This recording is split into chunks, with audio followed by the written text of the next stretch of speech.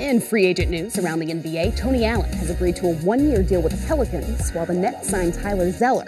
Shabazz Muhammad has agreed to a one-year deal to return to Minnesota, and in NBA style, the Warriors have signed a $20 million jersey patch advertising deal, while the reigning MVP Russell Westbrook inks the most lucrative Jordan brand deal ever, with ESPN reporting his 10-year extension with the brand.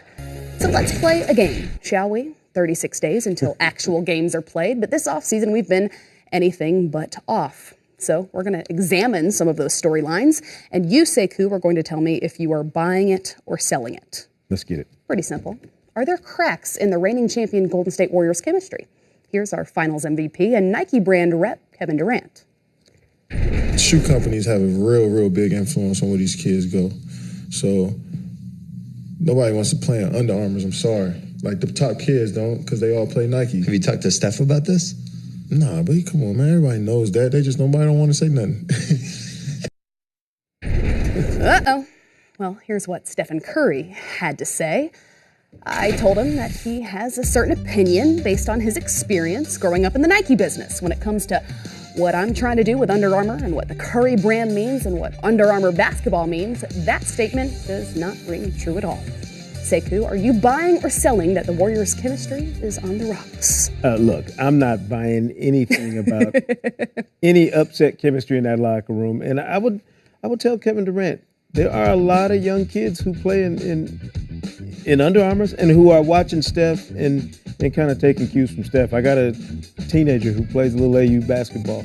You see plenty of all the different brands, but certainly a ton of Under Armour sneakers on feet the last few years. It's really grown since Steph's star has risen the way it has. So I would push back on KD just a little bit. There are some young kids that like the Under Armour brand. Okay, and those two guys, members of the, I guess, most notable super team. But how's this for a super team? We heard all summer long that Carmelo Anthony would be willing to waive that no-trade clause for the Houston Rockets.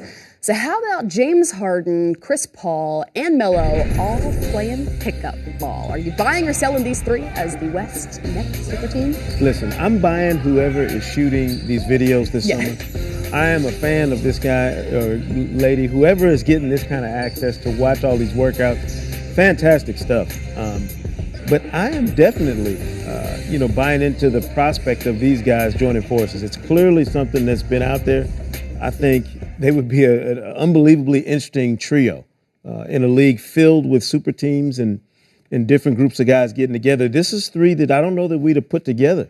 When you really think about it. I know it's part of the Banana Boat crew. Yeah, right. But not everybody. But certainly. Let's sail on. Yeah, but certainly with James Harden and what he's done in Houston, CP3 joining him, if Carmelo ends up joining those guys, that becomes a much different monster to deal with in terms of the Houston Rockets and the rest of the Western Conference. All right, so you're buying it. On Tuesday, definitely multiple outlets reported LA's plan to retire Kobe Bryant's number on December 18th when the Lakers host the reigning champions.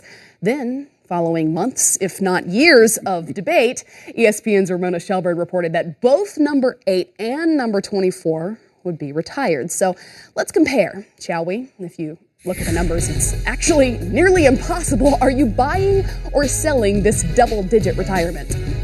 I'm going to buy the double-digit retirement only because it's Kobe and the Lakers. And I understand, having watched his entire career and the way it unfolded and the passion that everybody in LA feels about Kobe. That's the one thing I've never really seen a dispute about. They love some Kobe. How about this? This is one of the coolest things I read all day long. Kobe is the only player to score 40-plus points in a single game against the league's 29 other teams. Listen, there's no debate. There's no political debate you can have in LA about where Kobe stands among the fans out there. I mean, he's beloved. And if they want to retire numbered jerseys, if they wanted to send them in there with just the jersey that had his last name on the back, I think they'd be fine with it. Me personally, I've got an affinity for young, crazy 8 Afro Kobe. Yeah. I just always loved the swagger and the energy that young Kobe played with. I think he became a true assassin later in his career, much like the man he's patterned a lot of his game after Michael Jordan. But I loved young Kobe, just how brash he was and how aggressive he was and how he refused to take no for an answer when he was a young guy. So 8 and 24 will both be raised to the rafters.